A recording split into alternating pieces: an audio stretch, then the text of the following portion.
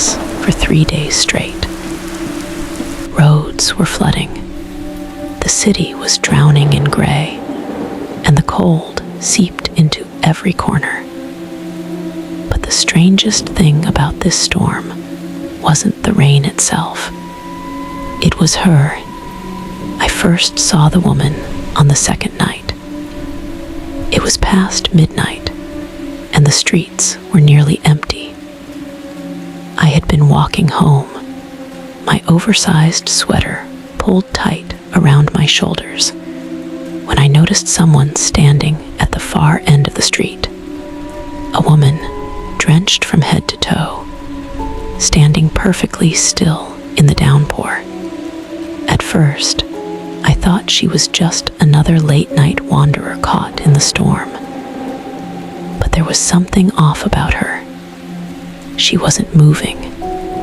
She wasn't even shivering. She was just watching. I quickened my pace, telling myself it was nothing, just a trick of the rain. But as I turned the corner onto my street, I hesitated. For some reason, I glanced back. The woman was still there, and she was closer. My stomach twisted. I hadn't heard footsteps, hadn't heard her move at all. But now, she was standing under a street lamp, her soaked dress clinging to her thin frame. I turned and walked faster, almost running now. By the time I reached my apartment building, my hands were shaking. I fumbled for my keys, stealing one last glance over my shoulder. The street was empty. The woman was gone. I let out a nervous laugh. Maybe I was just tired.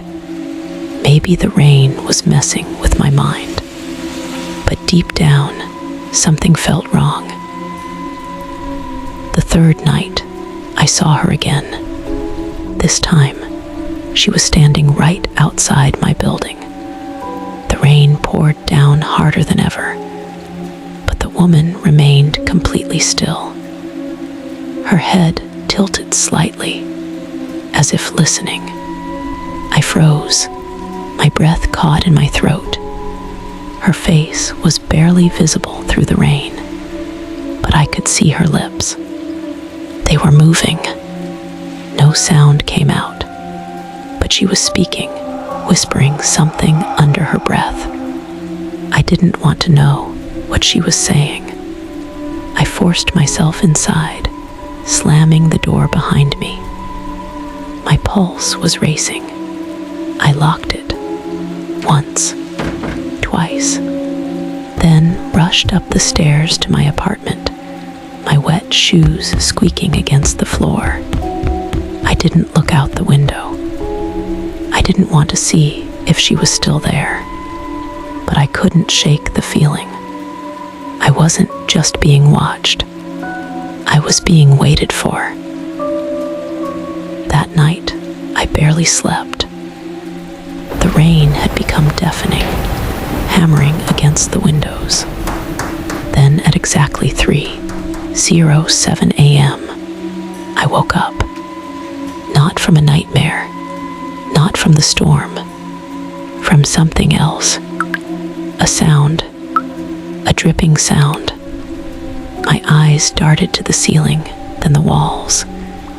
There was no leak, no burst pipe, but the sound continued, slow, rhythmic, like water hitting the floor.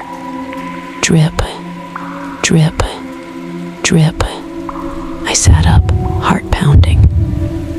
The room was dark, the only light coming from the street lamp outside. The rain distorted the shadows on my walls. Then I heard it, a faint tap, tap, tap, like bare feet on the floor. Inside my apartment, I stopped breathing. The sound came closer. I reached for my phone. My fingers trembled as I turned on the flashlight, and the beam of light landed on wet footprints leading from my bedroom door to my bed. My stomach lurched. My breath came in shallow gasps. I wasn't alone. Somewhere in the darkness, she was here. The rain outside roared, and in the silence of my room, I finally heard the whisper. "You let me in."